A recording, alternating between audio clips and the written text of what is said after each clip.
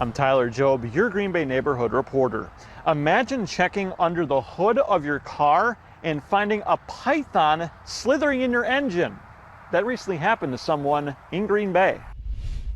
It's kind of scary. I never thought anybody would be able to find a python underneath their hood of their car. Ellen Shador didn't find the exotic animal, but lives near the 2300 block of Pecan Street where the snake was found. For one thing, I don't like snakes.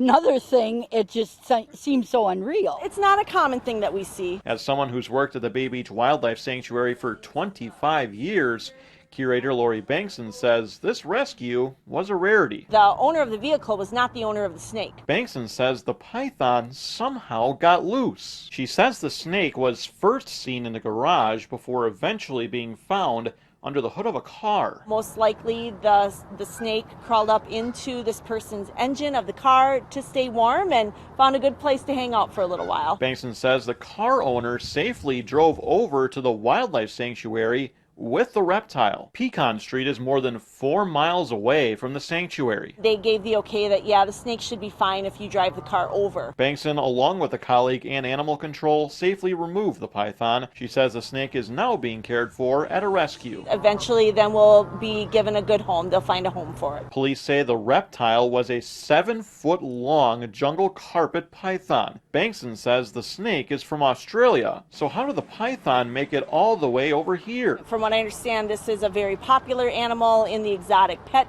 field and exotic pet trade. Green Bay City Code explains that a permit is required for people to keep exotic animals. Police say there is not a known permit for this kind of snake, but despite some legal questions surrounding this rescue, Bankson says nobody was injured. It was an exciting afternoon, but we're glad it went well. Bankson says if you ever encounter a snake slithering around in your engine, call animal control and do not start your car right away.